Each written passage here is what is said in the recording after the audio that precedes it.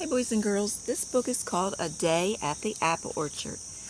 This is what would happen if we took a field trip and we went to the apple orchard. It's a sunny day in early fall, the perfect day for apple picking. The life of an apple begins in the spring. During the winter months, the tree doesn't grow or change. This stage is called dormancy. It means they're kind of like asleep. Warm weather wakens a tree and it begins a new cycle of growth. Leaves push out from tiny buds.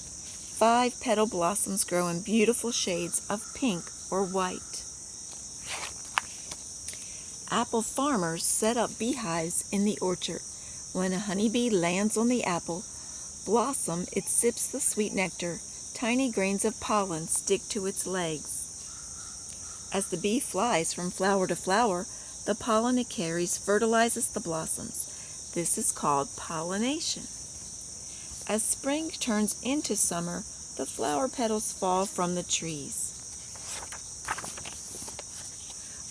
On the branches, ovaries begin to grow and they will become the apples. They look like little tiny apples. All summer long, the apples get bigger and bigger. As autumn approaches, the apples start to ripen and turn from green to red. Some types of apples, though, like Granny Smith, will stay green, and others, like Golden Delicious, turn yellow. By late summer or early fall, the apples are fully ripened, and it's harvest time. We pick our baskets and get ready for a tractor ride. The tractor takes us out into the orchard. We're picking Empire apples today because they are the ripest. Before we start, we learn the best way to pick an apple.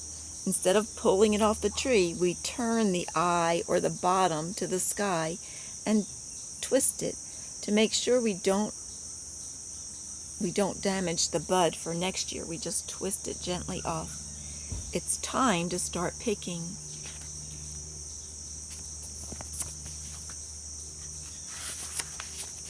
Apples bruise easily, so we place them very gently into the basket.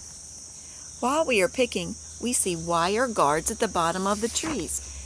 We aren't the only ones who like apple trees. Apple farmers must safeguard the trees from hungry creatures like rabbits, rodents, and insects.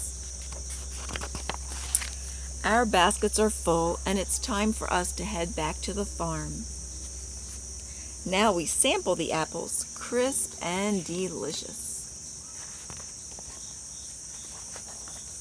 Next, we see how apple juice and apple cider are made with an old-fashioned hand press. Then we turn the crank and cider comes out the bottom. Then we have a taste test. It's delicious. It's been so much fun learning about apples. We can't wait to come back next year. The end. I hope you enjoyed that book and that field trip that we took together. Enjoy eating apples for lunch today, I hope.